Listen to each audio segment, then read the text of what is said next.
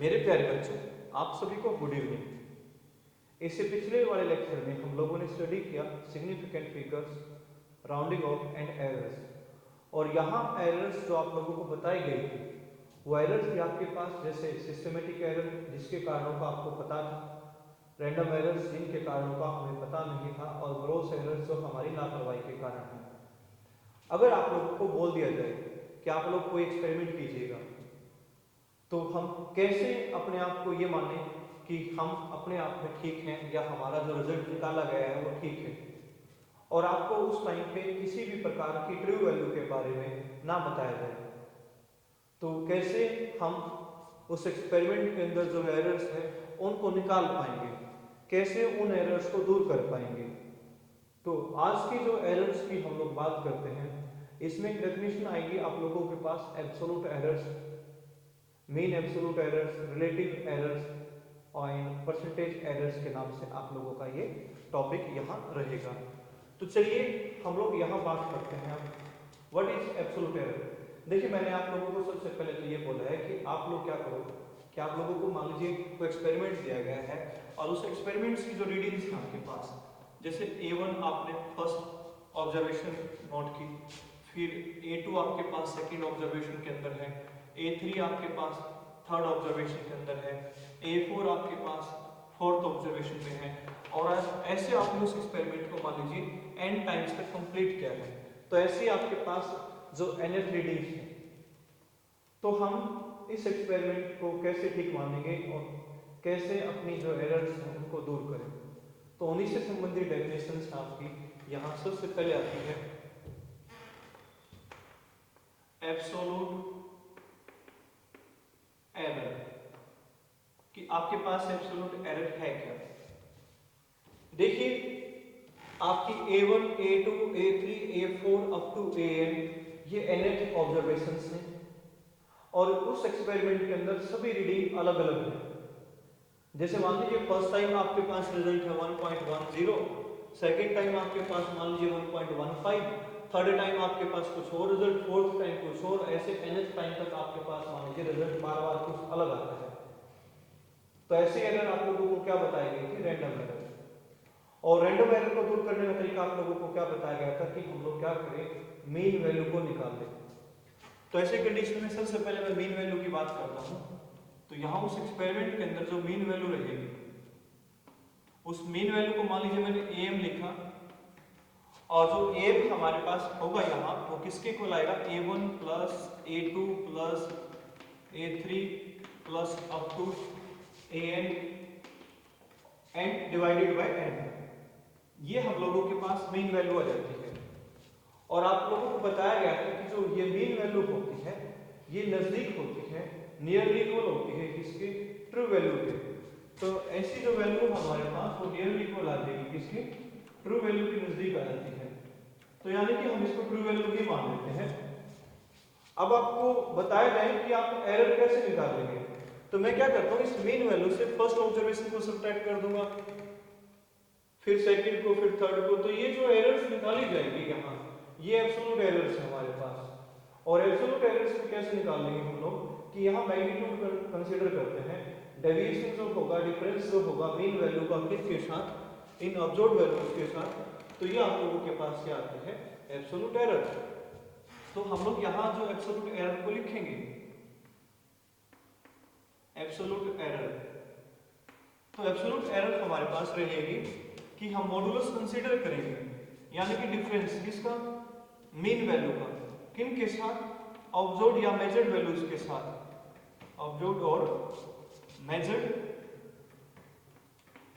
Values के साथ जो डिफरेंस आता है हमारे पास, और उसका जो हम लोग मैग्नीट्यूड कंसीडर करेंगे, यही हम लोगों के पास क्या आती है, एब्सोल्यूट एरर आती है।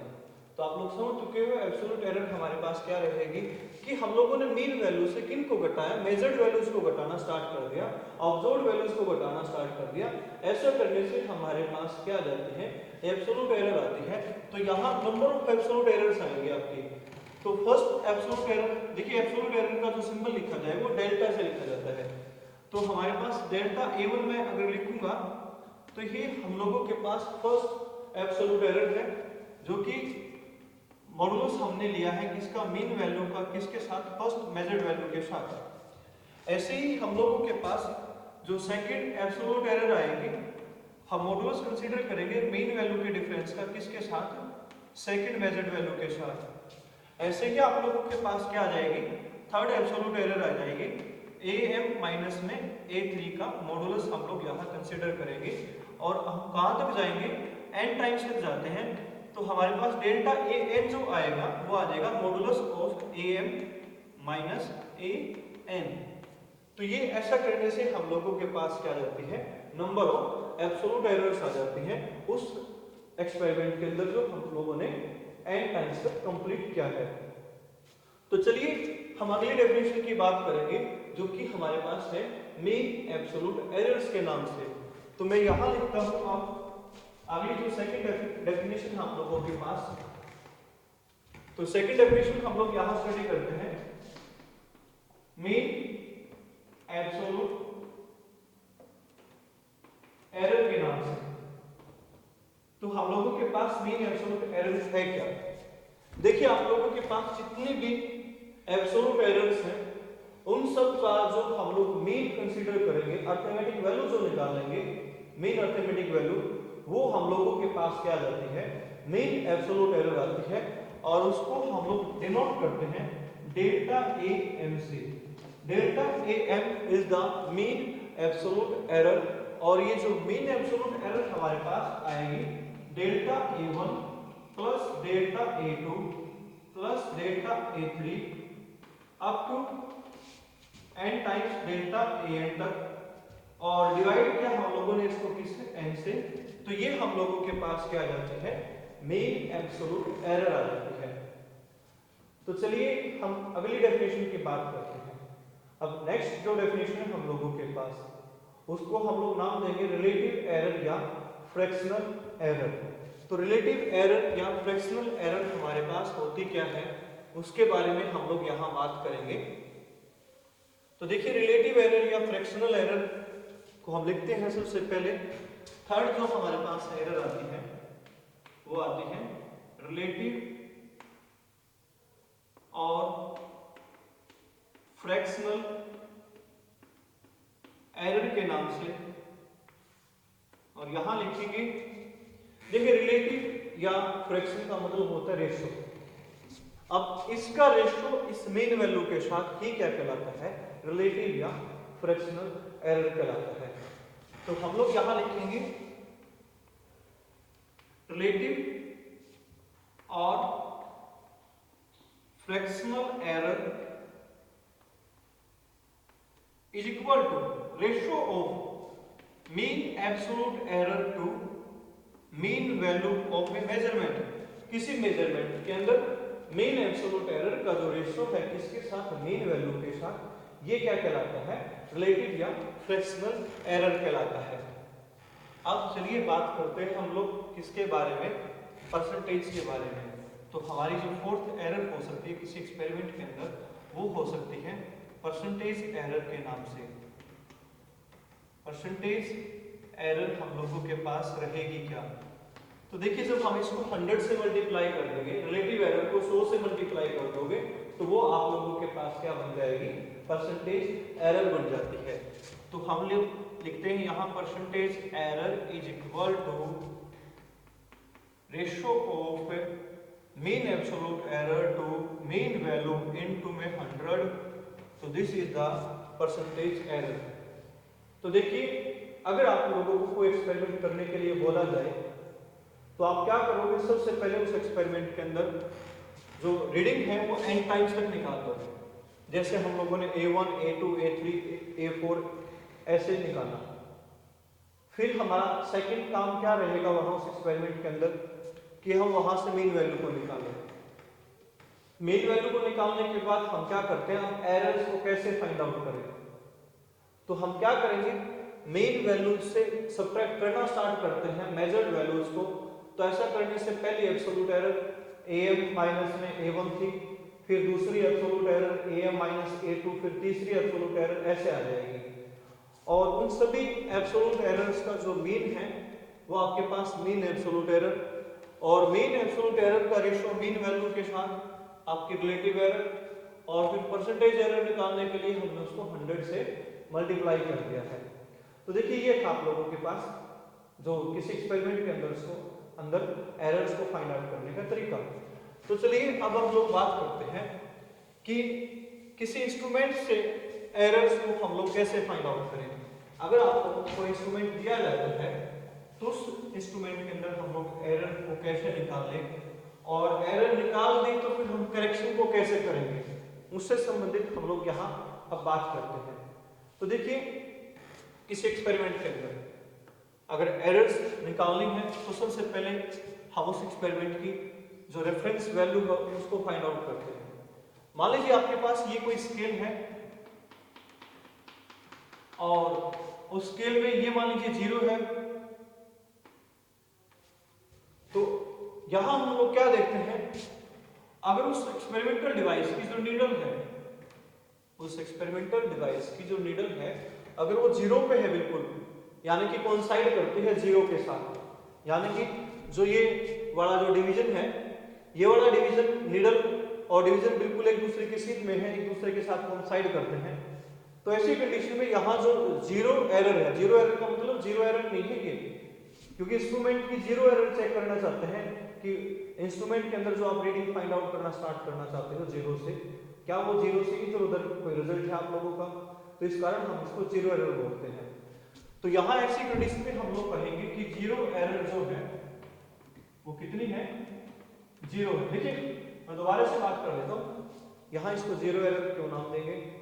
पहले तो मैंने बोला कि अगर उस डिवाइस का जो डिवीजन 0 पे है या 0 डिवीजन जो है अगर डिवाइस नीडल के साथ बिल्कुल कोइंसाइड करता है तो ऐसी कंडीशन में हम कहेंगे कि यहाँ 0 एरर है ही नहीं, यानी कि डिवाइस बिल्कुल एक्यूरेट रीडिंग आप लोगों को यहाँ देगा। इस कारण यहाँ जो उसकी 0 जो देखनी थी हम लोगों ने उसमें कोई एरर नहीं है, इस कारण इसको क्या नाम दिया गया, 0 एरर नाम दिया गया है।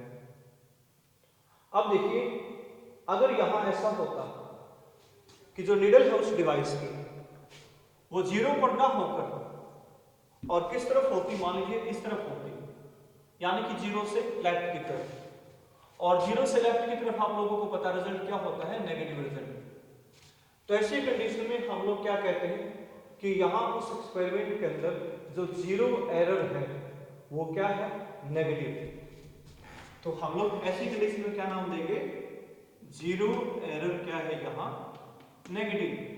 यानी कि आप उस एक्सपेरिमेंट के अंदर उस एक्सपेरिमेंटल डिवाइस पर जो रीडिंग नोट करना स्टार्ट करते हो वो नेगेटिव साइड से नोट करना स्टार्ट करते हो, इस कारण यहां जो 0 एरर है वो अब कैसी है, नेगेटिव है।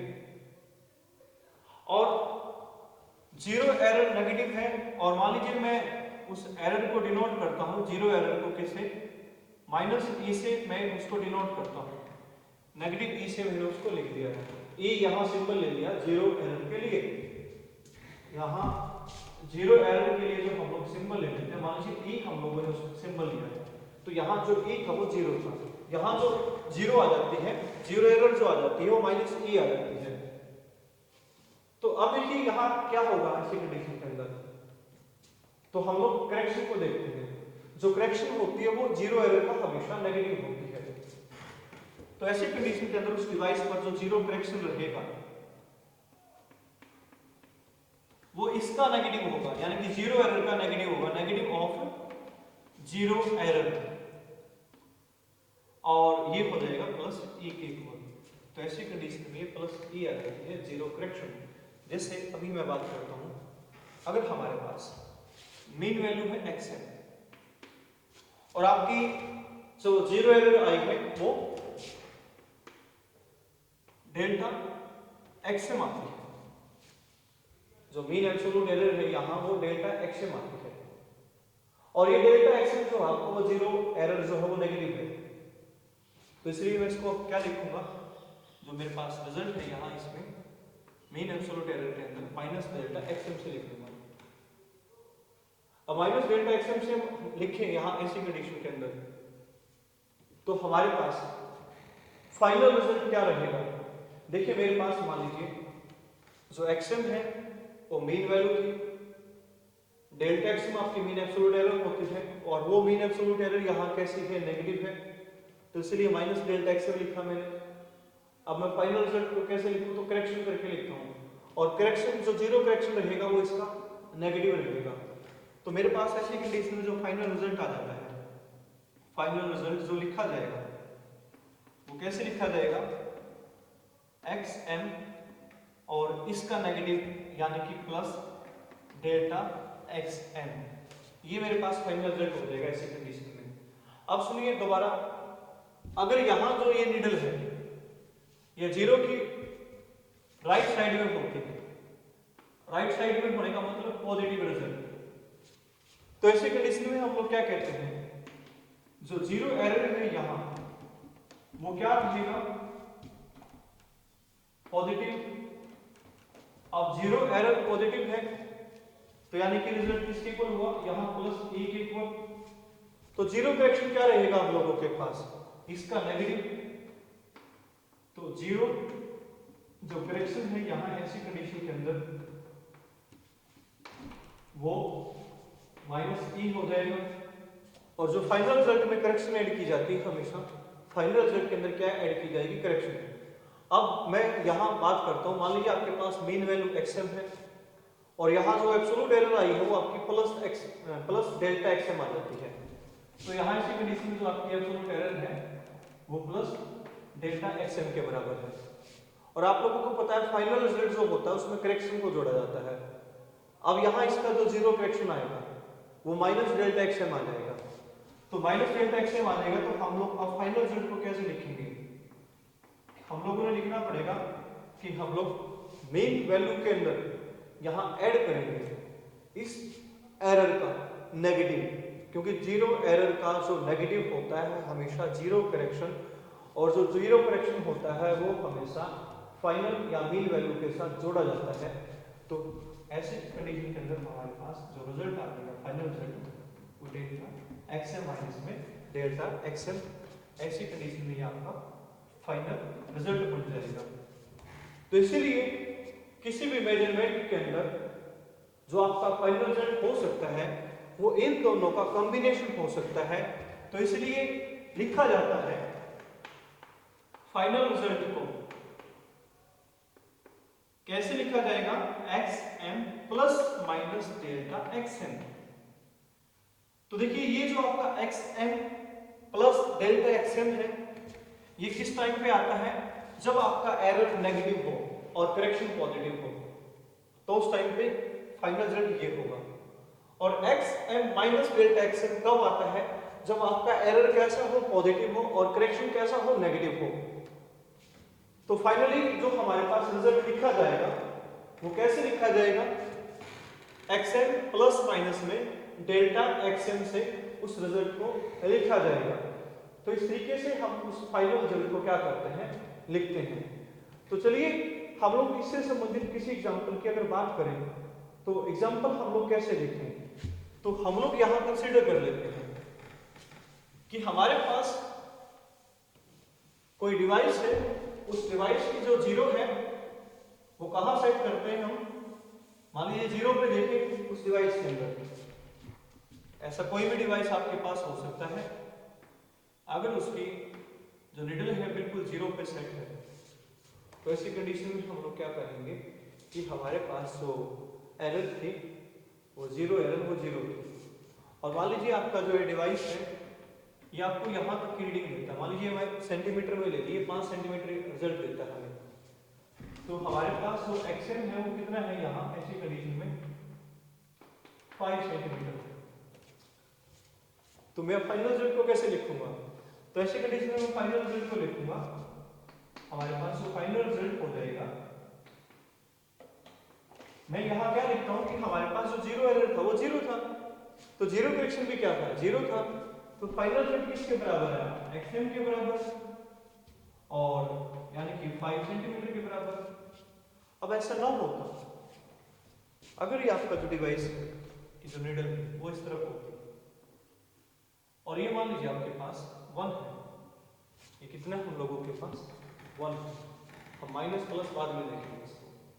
तो हम लोगों ने क्या देखना है, अगर डिवाइस की निडल जीरो के साथ कोइंसाइड नहीं करती है, अगर वो इस तरफ है, तो हम लोग क्या करेंगे, यहाँ जो जीरो एरर है वो कितनी है, -1 सेंटीमीटर, मैंने सेंटीमीटर में ले लिया इसको, तो जीरो एरर कितनी आ जाती है, -1 सेंटीमीटर। और जो जीरो करेक्शन देखा जाता है, जीरो करेक्शन वो इसका नेगेटिव देखा जाता है, तो जीरो करेक्शन कितना हो जाएगा, +1 सेंटीमीटर। और फाइनल रिजल्ट हम लोग हमेशा कैसे निकालते हैं, फाइनल रिजल्ट होगा हमारे पास XM और प्लस में जीरो करेक्शन, तो XM आपका कितना है 5, जीरो करेक्शन कितना है 1, तो कितनी रीडिंग नोट की आपने वहां उस टाइम पे 6 सेंटीमीटर। अगर हमें जीरो करेक्शन निकालना पता होता तो हम कितनी मानते, 5 सेंटीमीटर रीडिंग मानते।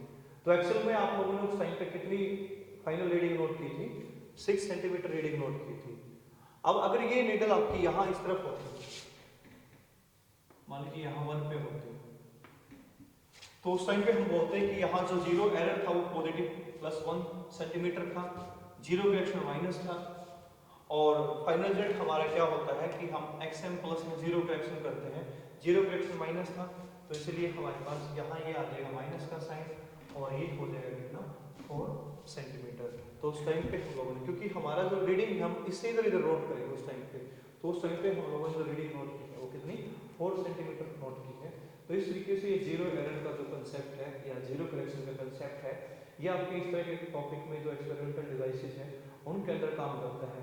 और कई बार हम लोग यहाँ जीरो करेक्शन जीरो एरर के अंदर ही क्या करते हैं, गलतियाँ कर देते हैं, तो इसलिए हम लोगों को ये जीरो करेक्शन जीरो एरर निकालने का पता हो। तो आज की वीडियो में आप लोगों के पास यहीं तक के टॉपिक थे। उम्मीद करता हूँ कि आप लोगों को जो बताया गया है वो अच्छे से समझ में आता है।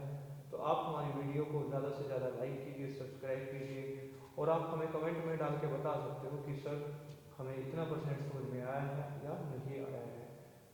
और जैसा भी है हम लोग अपने आप के अंदर भी जो चेंज है, इम्प्रूवमेंट है, उसको कोशिश करते रहेंगे लगातार। तो आज की वीडियो यही थी। आप सभी का धन्यवाद, आप सभी का दिन शुभ हो।